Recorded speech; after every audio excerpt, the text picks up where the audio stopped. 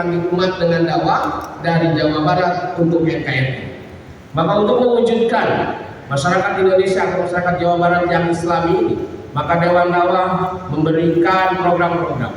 Maka program-program yang sudah berjalan di Jawa Barat itu adalah cerminan dari 5 pilar Dewan Dakwah. Apa itu 5 pilar?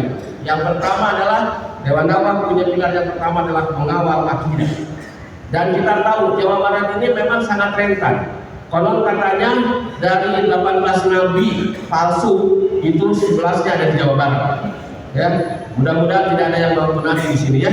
Ya, jadi mudah-mudahan ini ya. Nah ini jadi mengawal akidah. Mengawal akidah dari apa? Akidah dari sensasi, pemurtadan dan daerah sesat. Dan ini menjadi tugas konsen kami.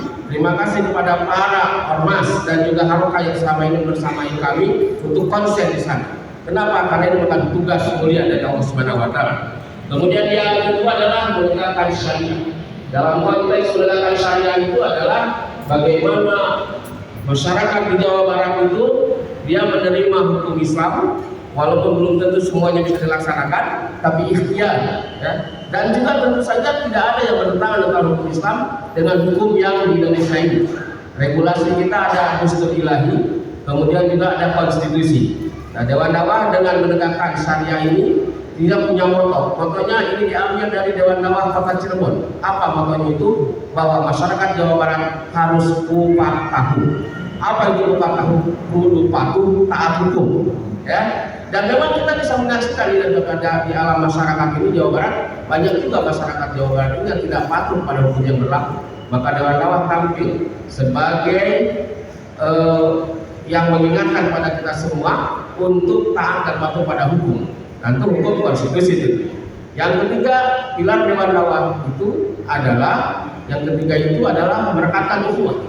Maka hari ini adalah salah satu pengajuan tahannya. Bagaimana kami mengundang Bapak dan Ibu ya semua elemen masyarakat dalam hal ini khususnya elemen masyarakat yang Islami dalam arti ormas Islam untuk menguatkan ukhuwah kita. Dalam rangka apa? Dalam rangka menjalankan misi bahwa Islam sebagai rahmatan lil alamin. Yang keempat adalah Dewan Dakwah itulah sebagai penggerak solidaritas. Maka sebagai penggerak solidaritas ini Dewan Dakwah juga punya konsen dalam hal misi sosial. Maka dibentuklah lembaga Amil Zakat di Jawa Barat. Alhamdulillah ya, lembaga Amil Zakat ini sudah berkiprah baik memberikan edukasi, bantuan-bantuan kepada masyarakat mulai dari tingkat yang paling terbawah di tingkat kota, kabupaten, kemudian di kecamatan, bahkan juga dalam skup yang nasional juga dan internasional. Wabil khusus sekarang dalam kondisi Palestina yang sedang terjajah, tidak terasa alhamdulillah dari Jawa Barat sudah menyumbangkan kurang lebih 3 miliar ya, yang ke Palestina sana. Dan ini akan terus berlanjut. Di sana juga ada pameran lukisan. Bagi Bapak Ibu yang nanti akan melihat pameran lukisan itu akan dilelang ya, dan lelangnya itu nanti akan diberikan ke Palestina. Kemudian yang selanjutnya bahwa Dewan Dakwah itu adalah pengawal, mendukung keutuhan NKRI. Karena kita memahami dan menyadari bahwa Allah Yarham Dr. Muhammad Nasir sebagai pendiri Dewan Dakwah adalah tokoh integral, tokoh masih integral bangsa ini. Maka bagi Dewan Dakwah NKRI itu memang bukan harga mati ya, tapi sesuatu yang harus dipertahankan, sesuatu yang harus diupayakan tetap terwujud di negeri yang kita cintai ini. Karena khawatir banyak orang yang sekarang mengatakan NKRI harga mati, NKRI harga mati, tapi faktanya dia negosiasi ya, nauzubillah yang seperti itu. Hadirin Bapak Ibu yang dimuliakan Allah Subhanahu wa Ta'ala. Kemudian juga aktivitas Dewan Dakwah ini memang dalam mewujudkan kehidupan masyarakat yang Islami itu melalui lembaga pendidikan. Alhamdulillah Dewan Dakwah Jawa Barat sudah punya lembaga pendidikan mulai TK, RA, Madrasah Ibtidaiyah, Madrasah Sanawiyah, kemudian juga ada Akademi Dakwah. Dari Akademi Dakwah ini nanti akan sampai kepada Sekolah Tinggi Ilmu Dakwah Muhammad Najib.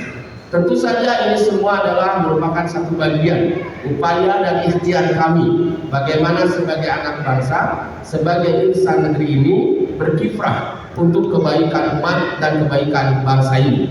Terakhir dari saya sekali lagi mengucapkan terima kasih atas kehadirannya semuanya yang sudah berkenan ya hadir memenuhi undangan kami. Semoga Allah Subhanahu wa Ta'ala memberikan balasan yang berlipat dari kehadirannya, memperkuat ukhuwah kita dan menjadikan kita satu langkah dalam mewujudkan Indonesia sebagai negara kesatuan Republik Indonesia dalam bingkai rahmatan lil alamin, keridhaan Allah Subhanahu wa taala.